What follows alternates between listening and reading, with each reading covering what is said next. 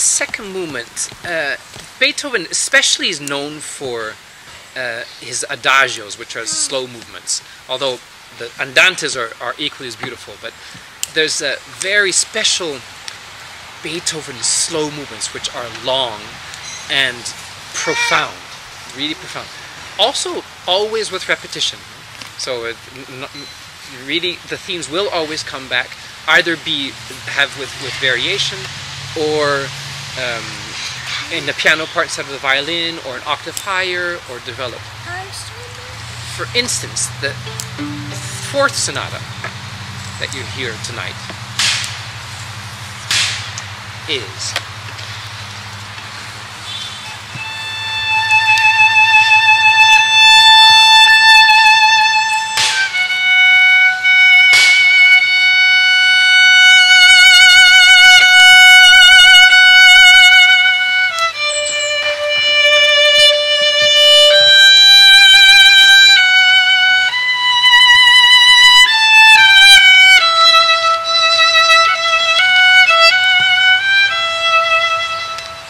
slow movement of the fourth sonata. Of course, it misses all the accompaniment, but I'll play it again just so you will recognize it. It's really beautiful.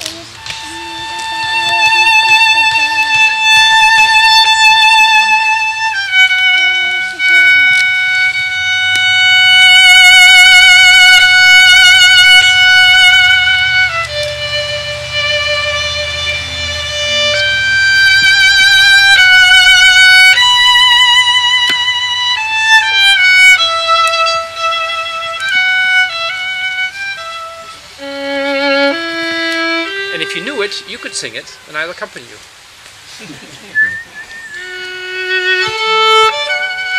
You can imagine the theme, okay? So,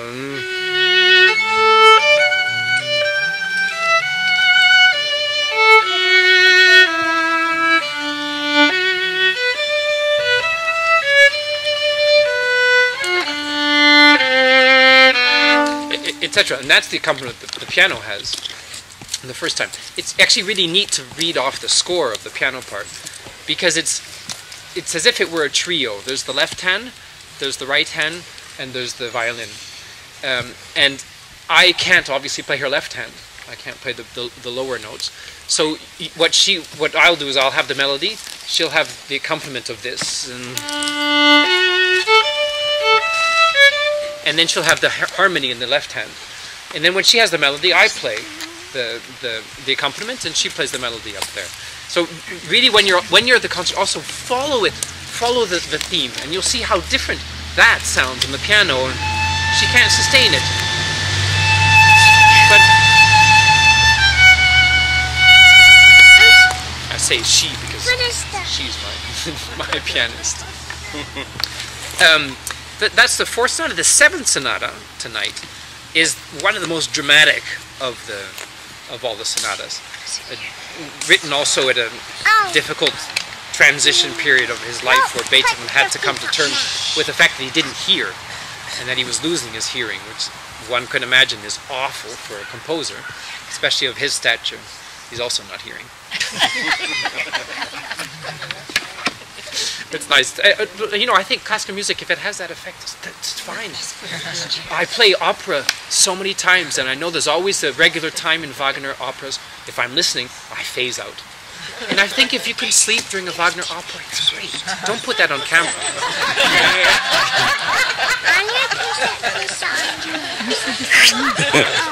Exactly. No, but you know, it's 3 hours, these long phrases, and we're sitting and, you know, listening. I listen to my own orchestra, and you just phase out for a while. And then you phase back in, and it's kind of like a soap opera. Nothing much has happened in the meantime. It's still a beautiful music. Anyway, so the seventh is this dramatic, worrisome. 2, 3, 4.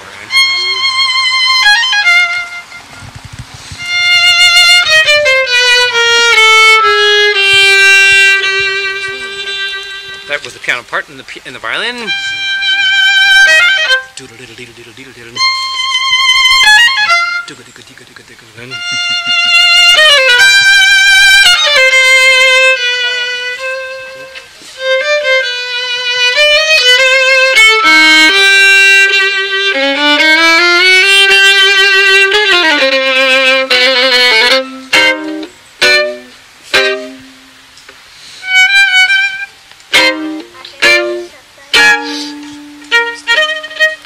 What's this? What is it?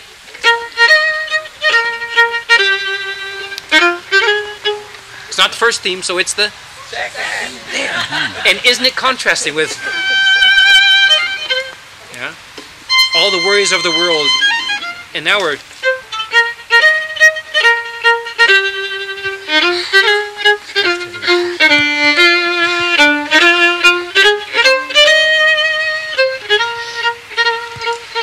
so although he's super worried, it's this really well-humored, beautiful, just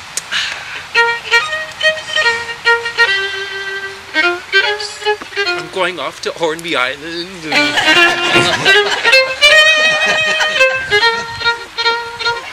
And then he develops those, of course, and then there's some really furious moments.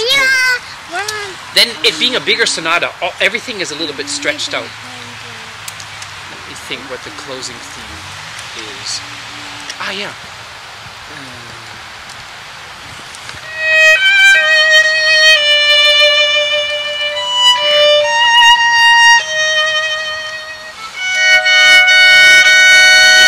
Extended closing theme.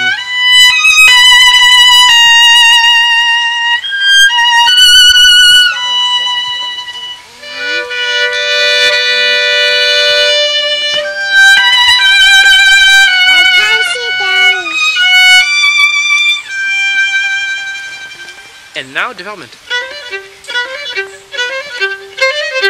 Where does it come from? That. And development to second theme.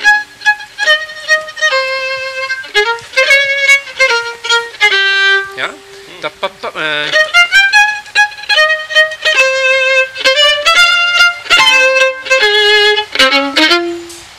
Can't do everything by memory. Anyway, so he takes both themes and he develops them and combines them.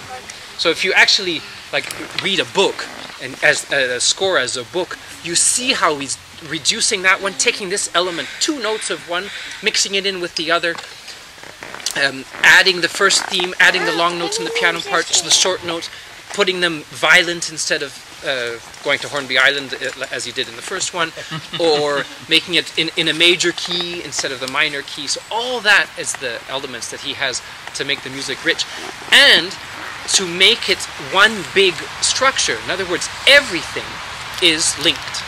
Even the first theme with the second theme, even though it's contrasting, has its link. And in the development, all of those, so if we could perceive it all, it would be incredible. See, that's first theme, that's the second theme, that's the first. Wow, that's the first theme inverted and within major. And that's the second theme inverted but underneath. And so, I mean, obviously our brains don't work that way, but all these composers, they count on the subconscious, entering of this information, that it's not just any theme in the middle of anywhere. There is an important link to every theme. It's a great sonata. The first movement is an epic, really, how he makes it so much drama and so much contrast with that second theme. The second movement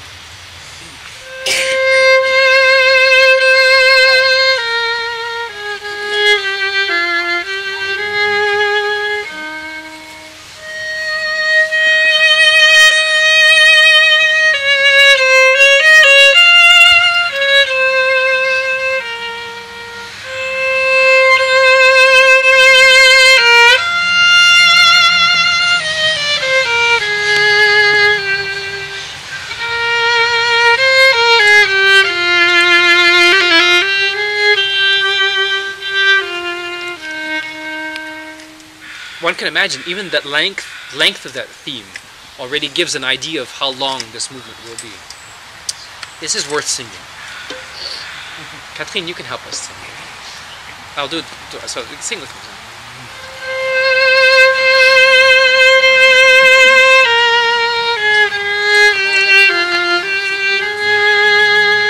We'll do that one again? Sure.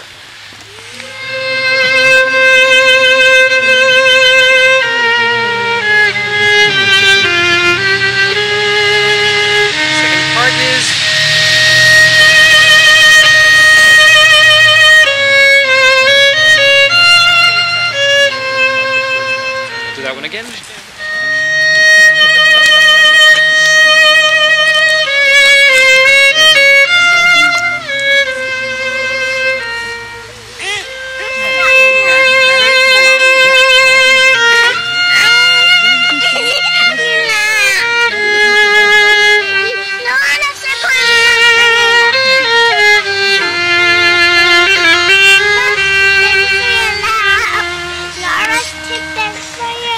exactly the most happy theme, and stretched out. So once all together.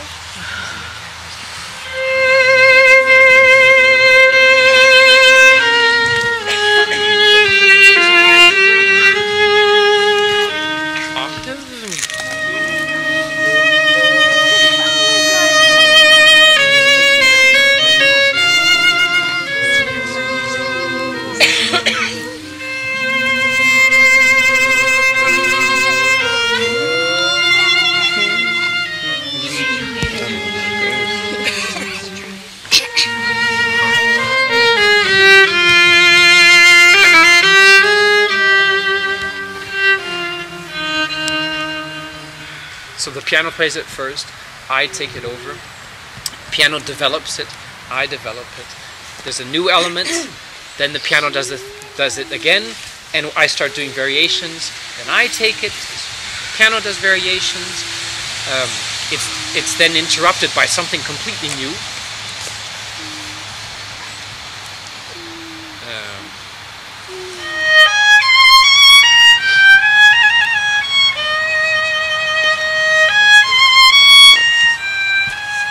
That really changes a whole contrast, and then finishes again with just pieces of the theme. Another rich thing about Beethoven is what you just sang. It seems very natural, but there's many more indications than that. And one of his favorite things are these. Who plays music here? Yeah. So you know the dynamics: forte, piano, mezzo forte. These are dynamic indications that show if we're supposed to play loud or soft, and so on. And these are the hints also that the composers give us for whether he wants a theme loud or soft. And then we have what is crescendo, which is making louder, and a diminuendo, which is making softer. One of Beethoven's favorite things is subito pianos. So in this theme, he does here.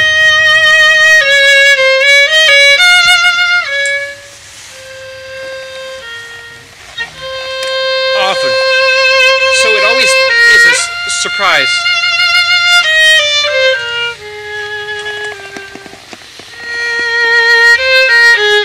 Puts crescendo, and then so it's as if he wants to give you, but then he holds back, and then he gives you more. So you're never really completely satisfied because you don't go yum ba da da dee da dee, but yum ba da da dee da. Which just gives it this human voice of always tenderness and depth, I think. And it really exists in many, many situations. Of course, it's most effective in quartet playing because the four strings can really do a lot of contrast. It's much more difficult with violin and piano. And so we try to interpret in different ways. Sometimes you don't hear it, but you hear that it doesn't actually resolve. So we wouldn't do it. It would be inhuman. It wouldn't be the voice at all. So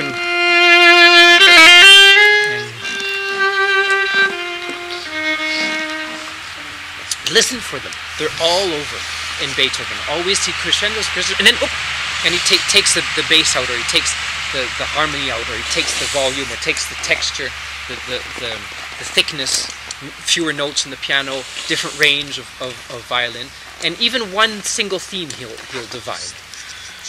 The third movement of the seventh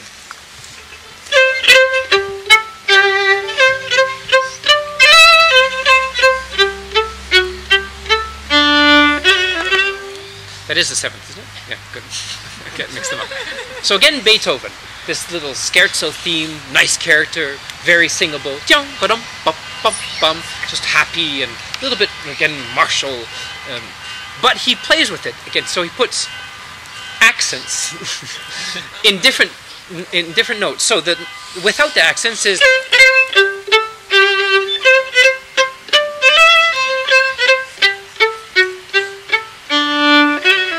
And with it, he does this.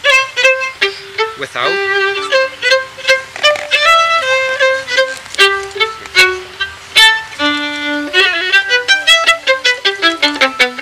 Yeah? So he just takes you. You think you're going 1, 2, 3, 1, 2, 3. So it's just 1, 2, 3. And instead of is 1, 2, 1, 2. Yeah, it's just 1, 2, 1, 2, 1, 2. So then he's displacing again the beats. And so we try to bring things out, and it's just really incredible how it's a little bit of humor in there. In this fifth sonata, the spring sonata, that's with the great scherzo.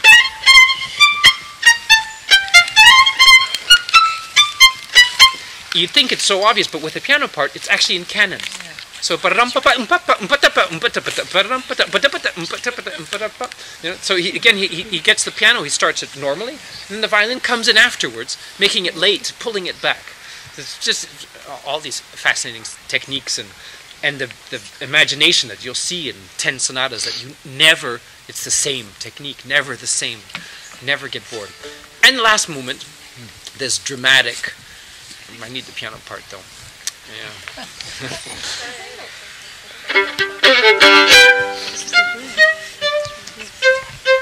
Yeah, it really, which is an important thing that in the olden days, the violinist was the famous one, and they had this accompanist. So you'd see this big name, Kai Gleusteen, on the poster, and then in little, sometimes not even the name of the pianist. Or accompanist. And nowadays in the world of equal rights and so on, but also it's the truth. Of course, it's equal, and people are saying the opposite, that actually these are piano concerti with violin accompaniment. And that the pianist should be paid per note. And she has, 280 pages, and I have, of the 10 sonatas, and I have 40 or something. So. But it's true that they're huge piano parts, and they're incredibly rich, and it's really equal. I mean, obviously the violin can't do what the piano can do, but it's really a constant conversation, and it's really important that we learn how to accompany, like in any relationship actually, is when to listen and when to talk, and how to listen. You don't just accompany, but you support when you accompany. And the same thing when you play the melody, you don't just play the melody and ignore what's going on. All the elbows. Well, you never listen to me. Well, I've been telling you this for 30 years. But it is true. It's really very much a relationship on stage, and you can argue within the music. You can say, I want to play that theme this way, and the pianist then takes it another way, and you think, did she do it on purpose? Did she not listen to me? Or she just doesn't like it? So do you actually talk about it? You say, diplomatically, as she would do, says, I prefer the theme with a little bit less accent on the second note. And less diplomatic, why says, why didn't you listen to my solo? Didn't you hear? I'm accenting the second. It says accent. Yeah. So there's, very important. And luckily, you get to a point where you can just rehearse without talking, and just say, and you come and communicate back and forth. Well, this maybe sounds better on the piano. This accents they can't do the same way. They can't sustain, whereas I can't have as big a sound. The pianist has to take away a lot of sound that they would normally use if they were playing solo, with the lid up and really big chords. The violin can't compete. Sometimes it can, maybe in a high range, but the moment it gets in lower ranges, it's weaker than the voice, for instance. And really the piano has to, even though it says 2 Fs, which is fortissimo, which is as loud, you really have to do it 2 Fs, but having the ear. So if you're at the concert and the piano's ever too loud, come talk to me. She's not smiling. No, but she's luckily extremely sensitive pianist, and not like so many duos of today. Is you have the star pianist, you have the star violinist, and they meet for the concerts. They get together. Each one plays their part well. They kind of communicate stage and gone. No, we really believe, like a quartet, to really rehearse, to play the music together, to converse. This time, actually the last time we played them in Barcelona, it was recorded by the radio. So this time we had as a tool all the recordings, which is of course like looking at yourself with a magnifying glass in the mirror. and seeing that bump, that pimple, that mark, that wrinkle. So you hear when you rush, you hear when you're out of tune, you hear when the balance, you hear when you but it's extremely good tool for working, and we've used these in this past month or two to see, you know, if we can get to the next level of music making. And it's a great honor, it's a great privilege to be here and to do the 10 sonatas. And we hope you can at least share in as many of them as possible, and enjoy them as much as we do, and as much as I think everyone should, because it's just great music. It's not the symphonies, you know, it's not as grandiose, but chamber music, violin and piano is a very special thing, especially because they're very different. You know, in quartet, they spend hours matching. Everyone plays at this part of the bow with this many hairs, and if we all do this together, we can get really homogeneous sound, because it's a bow, it's a string, it's friction. Whereas the piano, we have the same thing. I'll play...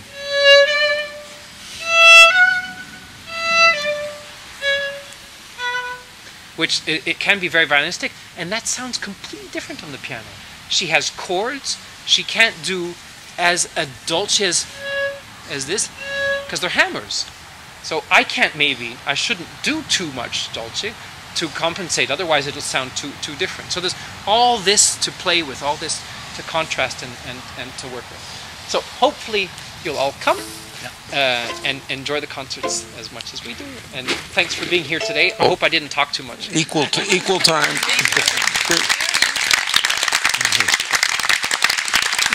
Any questions? Yeah. Oh, Catherine. Yeah. Catherine, yeah, you're supposed to come. Yeah. Do you have any questions? Yeah. This is my pianist, Catherine. Yeah. The one sneaking in behind. Did Beethoven play the violin? Beethoven apparently played, but very poorly. Oh. There's a very interesting biography, and someone says that one of his best friends would hear him play violin and pleaded him not to play. But, you know, what's interesting is Beethoven could have played this violin. I mean, this is 1781, and he composed the sonatas was 1797 to 1812. Is there an interesting story about how you acquired that violin? We invented one to make it interesting, but it's not so interesting, no. It's just violin dealers, and the bow is an interesting story, which is a bow that actually belonged to the Tsar Nikolai, the last Tsar of Russia. Yeah. And he gave it to his doctor, who was the Dr. Rachmaninoff, Dr. Dahl, for which the second piano concerto is written. And he actually had 6 bows, and he gave us his box of bows. And they were given to him as a gift, and he sold a couple to leave Russia before the revolution, and ended up in Lebanon, actually, in Beirut. And his son became, so that he lived the rest of his life in Lebanon, and his son became the director of the conservatory when Catherine's mother was a piano student there. Because Catherine's mother is Lebanese. And anyway, we played a concert there a few years ago, and I met this person that said, "Oh, I have these nice instruments and bows, would you like to see them?" We went over to his place, and he came out with his box with these initials on it, and we asked a little bit of the story, and out comes some interesting bows, not all great, but this bow especially, which sounded wonderful on this violin, had a very special marriage with this instrument. And I asked him a few years later if he would lend it to me, and he told me the story, how it came down from the son, that they helped when he was sick and gave a gift to them, and so he lent it to me, this bow. So it's yeah, Tsar's order of the bow, and has come. It's about 100 years old. Is the horsehair that old? It is no horsehair. We change every 6 months or something. Oh. Yeah. Also the strings, of course, and the bridge. What's original is all the wood you see. Yeah. And this one, head. except not the pegs, but the wood and the body, and the bow, obviously the wood. So that's the red violin too, right? It's well, we call it the tiger, and because we do many tours in there's a cute story in China. So of course we went to tour with this China, and they have big posters, and we can't read a word of it because it's all in Mandarin or in the characters. Except we could read one thing, was our name, Kai Gleusteen, and then 1781. which is the year of the violin.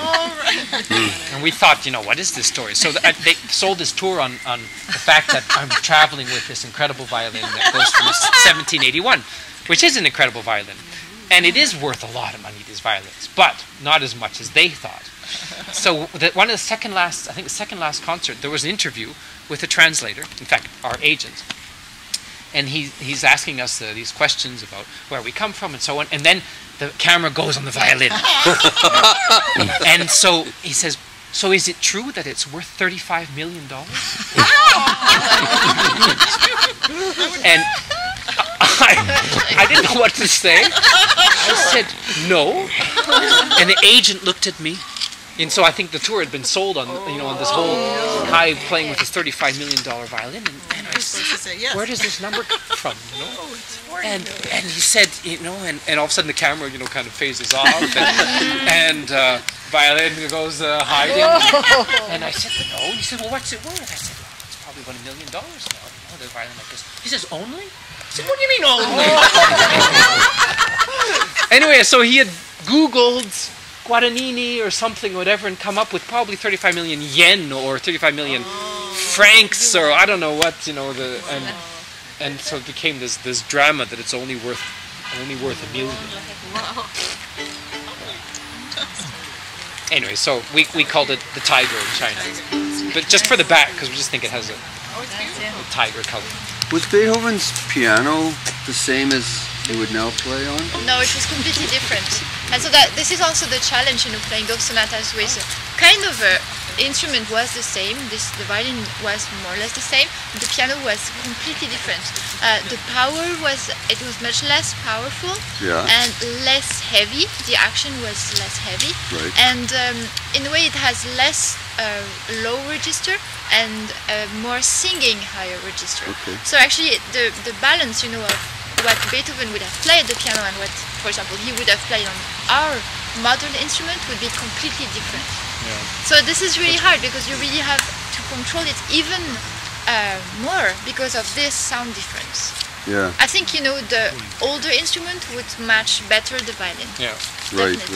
Yes. So one of my idea would be eventually, if I think we would like to record the sonatas, maybe to record it with an original instrument. Are there pianos surviving from that time? There are some yes, and also some reproductions. Yes, but then in some museum instruments you might find some from Beethoven's time. Yes. Your piano had legs, presumably. Had legs? Yes. As opposed to? Yes. No legs. Why would piano no? Late in his life, he took the legs off his piano, put it on the floor, played it lying down so that he could feel the vibrations. Oh, the vibration, yes. And he had all kind of acoustic poor Beethoven tools just to be such able a sad. He managed. Yeah, as musicians, we really feel for it because it's a tragedy, but what he made out of this tragedy is incredible. So it goes to show that you don't have to hear to compose. It's inside. It's really inside. I mean, at least in some cases. But one thinks that you and he would improvise and so on and play, but it was all inside. It's crazy. Anything else? See you tonight, I hope.